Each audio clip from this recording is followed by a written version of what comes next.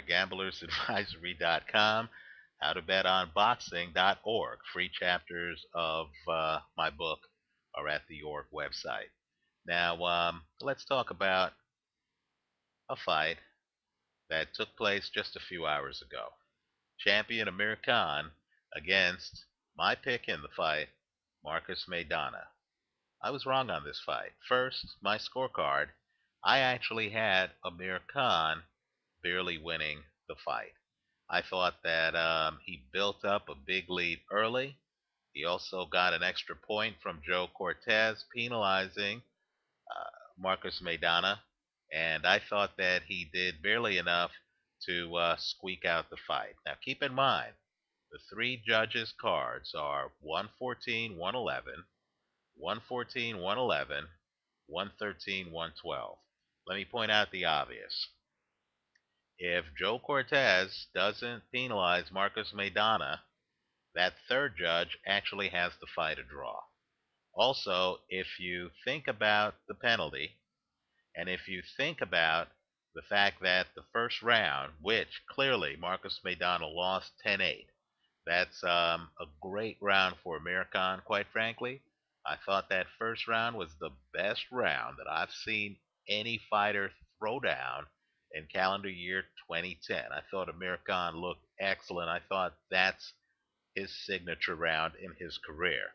That first round is a 10-8 round, right? Maidana goes down. Even Maidana supporters will concede he got hit by a liver shot. He was hurt. He went down. When he got up, he didn't look like he had his legs, right?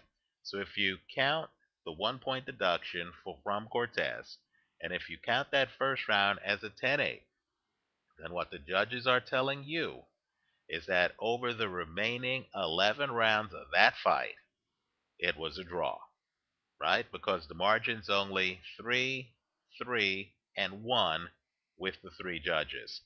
This fight was razor close.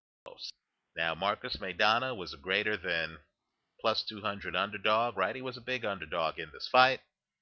I think the world now understands why I took him in this fight. I think the punching power, I think the talent, and I think the chin all displayed themselves in this fight. I also think that people understand that if Amir Khan doesn't withstand shots that he has never withstood in any other fight in his career, right? If his ability to take a punch wasn't at its absolute apex in this fight, he very well could have been knocked out. I would encourage everyone to take a look at the 10th round of this fight. Quite frankly, I thought that Amir Khan was one punch away in that fight from being stopped. The 10th round is clearly a Marcus Maidana round. It's clear to me that Amir Khan was having problems staying upright.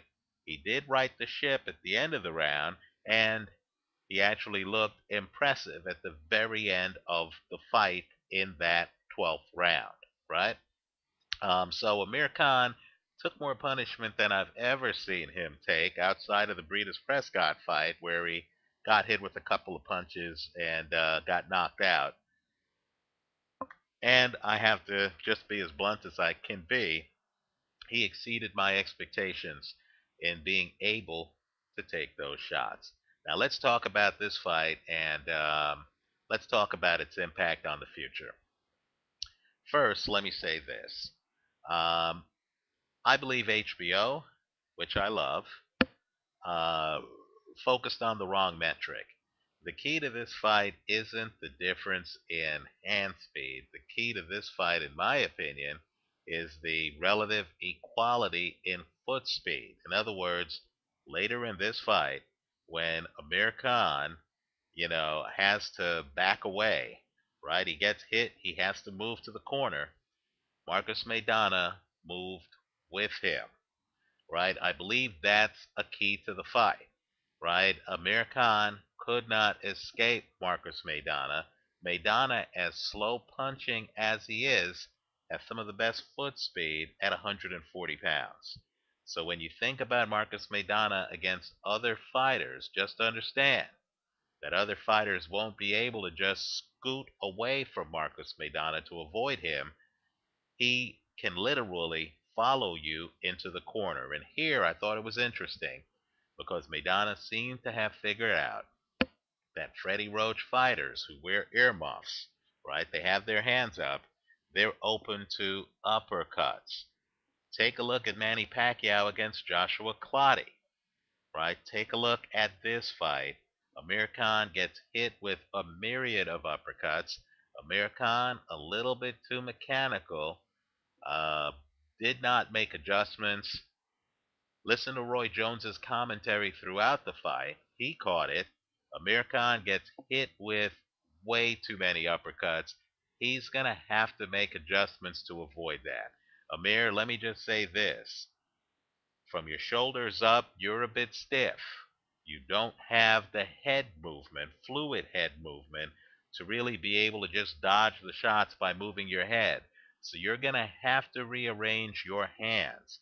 Take a look at Evander Holyfield, how he has one hand kind of like at an angle below his chin. Um, Taking uppercuts, those are some of the worst punches you can take because they hit you right on the chin. I thought Amir Khan took way too many uppercuts in this fight. Let me also say this. I thought that one of the secrets in this fight was the fact that Maidana was weakened by that devastating body punch that knocked him down in the first round. He didn't have his legs for the second round. He was struggling. And keep in mind, even though he started to land big shots as this fight went on, and I mean big shots, right? Just understand that, you know, he definitely didn't seem to have the legs that he normally has. And keep in mind, even the legs that he had matched Amir Khan's foot speed, right? But it was clear that late in this fight, Marcus Maidana seemed very tired. That's one of the reasons why Amir Khan was able to last in the fight, right? It was clear that Marcus Maidana had a lot taken out of him. My point to you is, if you recall the Bernard Hopkins Oscar De La Hoya fight, these liver shots can literally end fights quickly. Fighters rarely recover from a well placed liver shot, right? As Oscar De La Hoya used to say, his legs just weren't there for 10 seconds. Right here, Maidana got up. I just don't think he got up with the same power that he had before he went down. I believe that first round knockdown is crucial to understanding what happened later in this fight, right?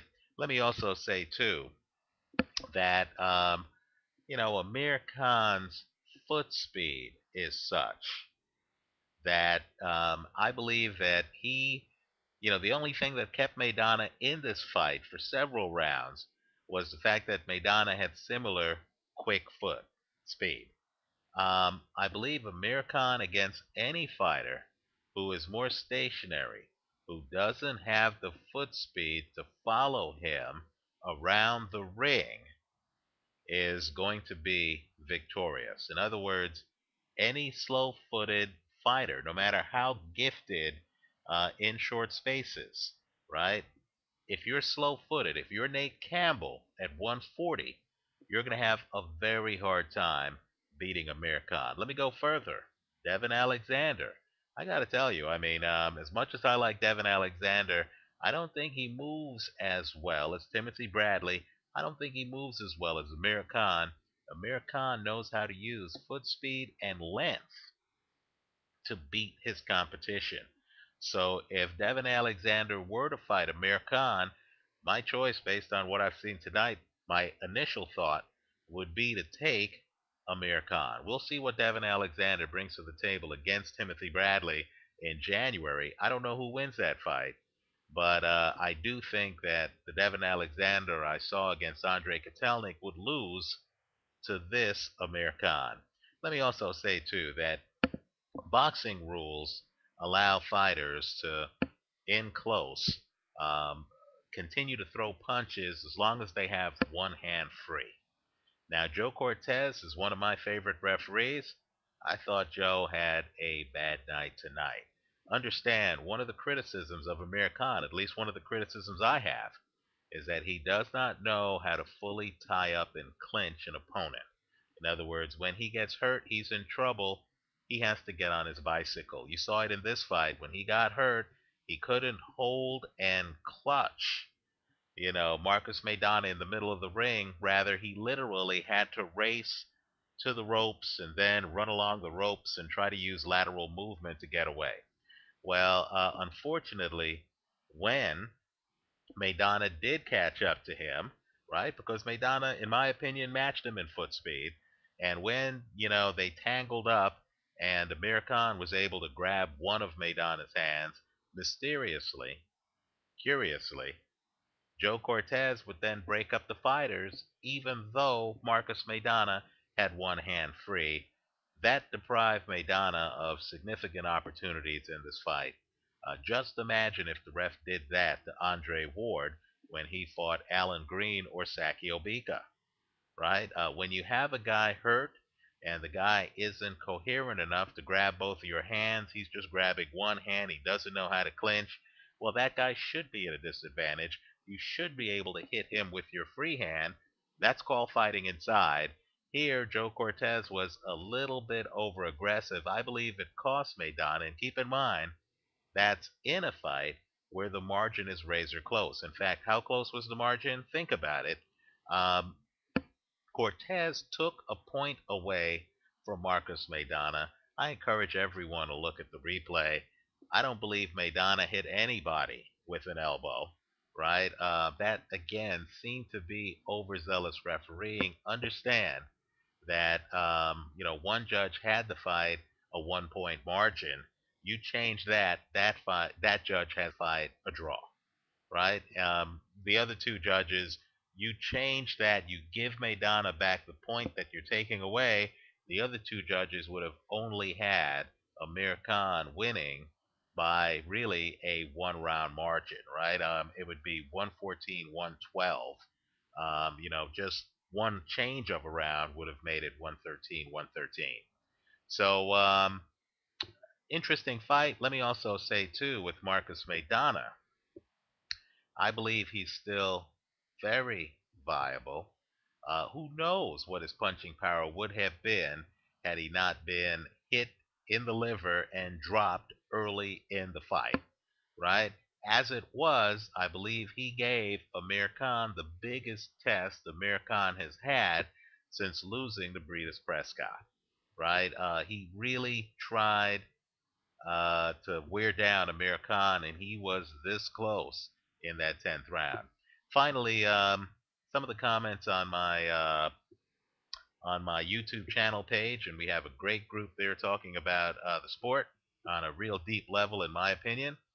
Some of the comments are a bit critical of the strength and conditioning coach of Amir Khan, a guy named Alex Ariza, who's also the strength and conditioning coach of Manny Pacquiao. I'll say this: Amir Khan did gain weight from 135 to 140, so he has more weight. Maybe that helped him take a punch. Maybe um, it's possible that Marcus Maidana was so weakened by the body shot in the first round that his punches weren't as hard as they seemed. But I will say this: the one thing I do know is that I've never seen Amir Khan take punches like these punches and stay upright. I thought it was interesting that in his post-fight interview, Amir Khan even mentioned Alex Ariza and talked about how he was impressed with his ability to take Marcus Maidana's punches. Um, I did not expect Amir Khan to be able to take those punches. He did. He was the winner on my scorecard, and I congratulate Amir Khan, the champion at light welter. Visit us at gamblersadvisory.com. Let me know what you think. Leave your comments for me here on YouTube. Visit us on howtobetonboxing.org and look us up on Facebook, gamblersadvisory.com. Thanks for watching.